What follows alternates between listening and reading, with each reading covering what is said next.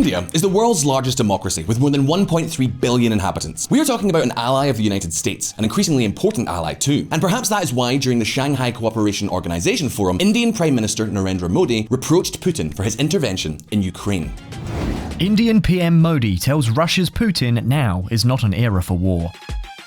At the same time, however, on a day-to-day basis, India has not joined the sanctions against Russia. And what's more, take a note of this.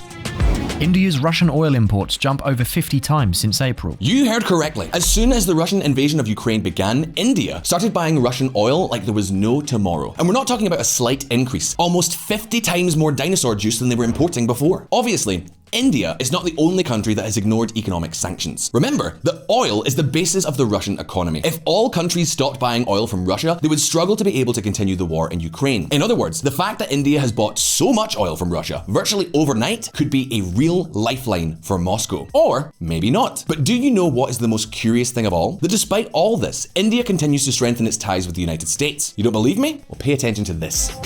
US seeking increased arms sales with India amid Russian sanctions. I know, your heads have exploded, haven't they? To give you an idea, since the Ukraine war started, Joe Biden has met twice with his Indian counterpart, Narendra Modi. And in both cases, Biden has said the same thing. Oh, Narendra Modi, buying oil from Russia is so bad. Do you think it's nice? Don't you see what Putin is doing in Ukraine? I think it's so wrong. But go ahead, here's $500 million so you can buy guns. But you don't deserve it. Literally, the United States is preparing a $500 million military aid package for India. US seeks to wean India from Russia weapons with arms aid package. Potential $500 million deal would put India near Israel, Egypt. India is the largest buyer of Russian-made military hardware. And all this, despite the fact that India is ignoring the sanctions against Russia. And the question is, why is India supporting Russia in this war? Could India really save the Russian economy from Western sanctions? And more importantly, why, despite all this, does the US continue to collaborate with India on such important things as defense? Today, we're going to answer all of these questions, but first, let's look at some history. Between two worlds.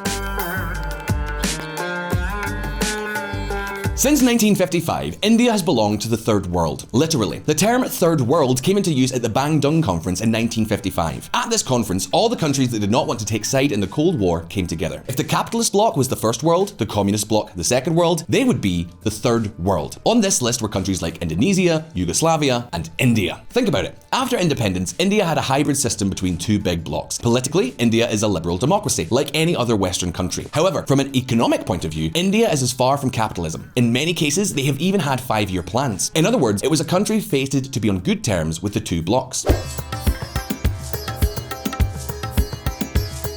What's more, unlike the West, the Soviet Union was always on India's side for key issues for India. For example, in all UN votes, they have always supported India in its conflict with Pakistan over Kashmir. In this respect, the United States has a much more ambivalent position. And what about India's nuclear program? In 1974, India made the first test of its nuclear bomb. The United States responded with an economic sanctions. Russia, however, began supplying India with heavy water and nuclear advice. But wait a minute, because it's not just about diplomacy. We're also talking about weapons. And believe me, this is the fundamental pillar of Indo-Russian relationships.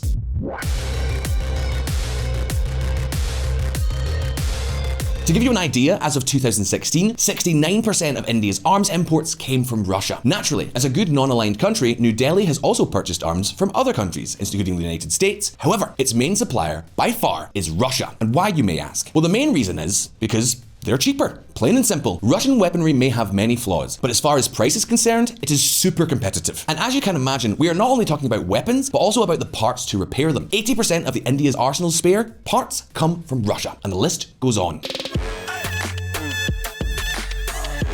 You can also talk about the energy sector. Yes, it is true, India hardly uses gas in its energy mix. Only 6% of India's electricity comes from gas. However, in 2019, the Indian government and the Russian state-owned company Rostocom reached an agreement of an intent to build at least 6 new nuclear reactors. At the moment, the Russian company is building the 5th and 6th reactors at the Kundakalam power plant, one of the country's main power plants.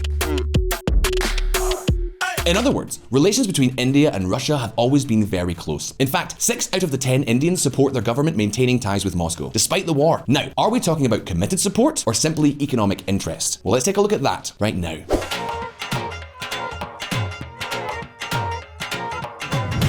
1 step east, 2 steps west.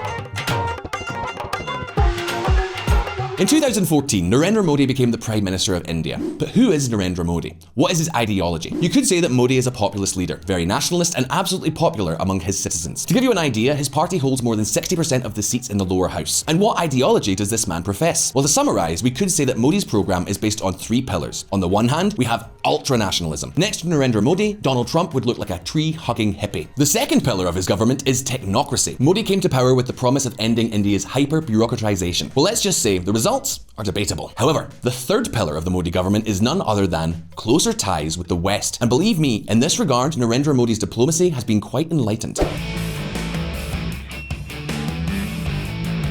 Despite being more Trumpist than Trump himself, Modi was a personal friend of Barack Obama's. What's more, Obama went so far as to write a profile for Time magazine where he seemed to declare undying love for the man. Not surprisingly, during the Trump administration, New Delhi and Washington got along flawlessly. And you will say, but beyond the words, what does it mean to get along closer to the West? Well, among other things, it means making all kinds of security alliances. It's very simple. To defend itself against one of India's greatest adversaries. And who am I talking about? Pakistan? No, another much more powerful country, and a much more fearsome one too, China. That explains, for instance, why India is part of the Quad, a strategic alliance that includes the United States, Australia, Japan, and India. But once again, we're not just talking about diplomacy, we're also talking about facts, more specifically, weaponry.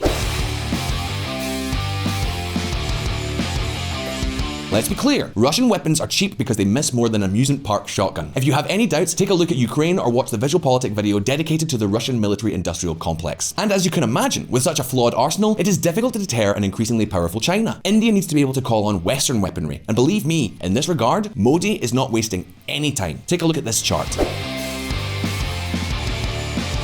To give you an idea, prior to 2016, almost 70% of arms imports came from Russia. Now they are less than 30%. France is already selling them Rafale and Mirage fighter jets. And I know what you're all thinking. Didn't we say that US weapons are very expensive? Yes, they are. They are very expensive. And India doesn't have that kind of money. So what's the solution here? The solution consists, for example, of creating joint ventures with Indian companies. That is, an American manufacturer signs an agreement with an Indian manufacturer to work together to produce an aircraft with many cost savings and, while perhaps more limited than the US versions, much more effective in any case than the Russian ones. So what is the problem with this type of agreement? The problem is that India is still a highly centralized country. The arms industry is dominated by hyper-bureaucratized state-owned industries, companies such as Hindustan Aeronautics Limited. And that explains why, in 2020, Modi opened the door to foreign investment, which can now have up to 74% ownership in an arms company. And believe me, this measure is already starting to take effect. Check this out. Lockheed Martin and Tata Advanced Systems signed a landmark agreement affirming the companies intend to join hands to produce the F-16 Block 70 in India. However, changing your entire arsenal is something that cannot be done overnight. Russia remains crucial to India in both defense and energy. And that is why Modi has decided not to sanction Russia. Is it a good idea? Is it a bad idea? We on VisualPolitik certainly can't applaud him. But one thing is certain, India is gleaning a lot out of this situation. India attempts to diversify energy sources with cheap Russian oil. To give you an idea, before the war, Russia accounted only for 0.5% of India's oil supply. Now it is more than 10%. In April 2021, India bought around 22,500 barrels of Russian oil per day. In April 2022, the figure was over 680,000. And the sharpest of you will already be saying, aha, you see, this is how Russia can grow despite the sanctions, right? Instead of selling oil to the Europeans, now it says oil to the Indians, who have a much larger population, right? Well, no. In reality, it is New Delhi that has really scored the deal here. As the United States and Europe have stopped buying dinosaur juice from Russia, the price has inflated to astronomical levels. At some points, the price of a barrel of Brent has reached over $120. However, no wealthy country wants to buy oil from Russia, and that is when India arrives and says, my friend, my comrade, my tovarik, don't worry, I am here to buy oil from you. But since I am practically the only buyer, you will let me have it at a friendly price, won't you? How about a discount of, I don't know, say $30 per barrel? And Russia has no choice but to jump through the hoops. In other words, India has been buying oil well below the market price. Put another way, in this business there is little ideology or friendship and a lot of taking advantage of the situation. Europe was importing more than 3.1 million Russian barrels a day. This was before the war. India is buying around 680,000 barrels a day. In other words, should Europe stop buying oil from Russia completely, which is quite likely, India will not be able to compensate for the losses, neither in price nor in quantity. So now the question is, why does Biden continue to tighten cooperation with India? Well, we're going to look at that now.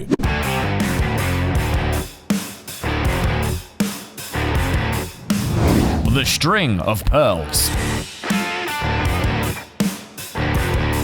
Beyond Russia, the biggest threat to Western security is China. And in this regard, India's interests could not be more aligned with the West. In this respect, India has a lot to lose. Just remember that China and India have had border disputes of all sorts. Every few years there is some skirmish on the Himalayan border. But, without a doubt, the worst threat is... check out this map. What you are seeing here is the String of Pearls strategy. That is, a series of ports funded by China and strategically placed to encircle India if necessary. We are talking about ports in Pakistan, Sri Lanka, and Bangladesh. In theory, these ports are intended for civilian use, but they are paid for by China. And Pakistan, Sri Lanka, and Bangladesh are very weak economies, so at any given moment, China could pressure them to allow the Chinese Navy to operate from them. For years, China has been exercising what we here on VisualPolitik call sugar daddy diplomacy. We have explained it several times in previous videos. In short, China can convert these ports to military use very easily. And that's quite a threat to India's security. That explains all of New Delhi's diplomatic and military alliances with Washington. So what could India bring to the table to deter China, you may ask? A lot. One thing in particular, geography. Take a look at this other map. What you see here is the Strait of Malacca, one of the epicenters of global trade. More than 70% of the gas and oil that reaches China passes through here. It would only take cutting the transit of ships for one day for the Chinese economy to collapse from one moment to the next. And which countries could cut this traffic? Exactly, India. And how could they do it? Well, very simply. See these other islands here? These are the Andaman and Nicobar Islands, a virtually uninhabited archipelago. Until a few years ago, these islands were known only to the indigenous tribes that inhabited them. Now, however, things are changing a lot around there. Check this out. New naval base in Andamans boosts military posture in Indian Ocean. All of this explains why the United States is so interested in improving ties with India. In this respect, what India is doing with Russia is on the back burner. Washington's interest is that New Delhi has a decent military ready to deter China. Everything else is secondary. Besides, to what extent is it so crucial for India to buy oil from Russia? Think about it. At the time of making this video, the debate with India is about the price cap on Russian oil. Many G7 countries, that is the world's largest economies, want to set a maximum price for oil coming from Russia. For that to work, all the major economies would have to agree. And it seems that India is not willing to join in, at least not at the time of making this video. The question then is, does it really make a big difference? Think about it. If India is buying oil from Russia, it's because they were already selling it to them well below the market price. In other words, cap or no cap on spending, India is only interested in Siberian dinosaur juice, if they can get it for a bargain price. Conclusion? For the moment, it does not seem that Washington is very concerned about India doing business out of the Ukrainian war. The important thing, in this case, is India's position on China. And at this point, the questions are over to you. Do you think India will ever revamp its entire arsenal with Western weaponry? Would it be a good idea to put pressure on India to join the sanctions against Russia? You can leave us your answer in the comments below. And as always, don't forget that here on VisualPolitik, we release new videos every week. Subscribe to our channel and hit the little bell button down there so you don't miss any of our updates. If you like this video, like it, so we know. All the best, and I'll see you next time.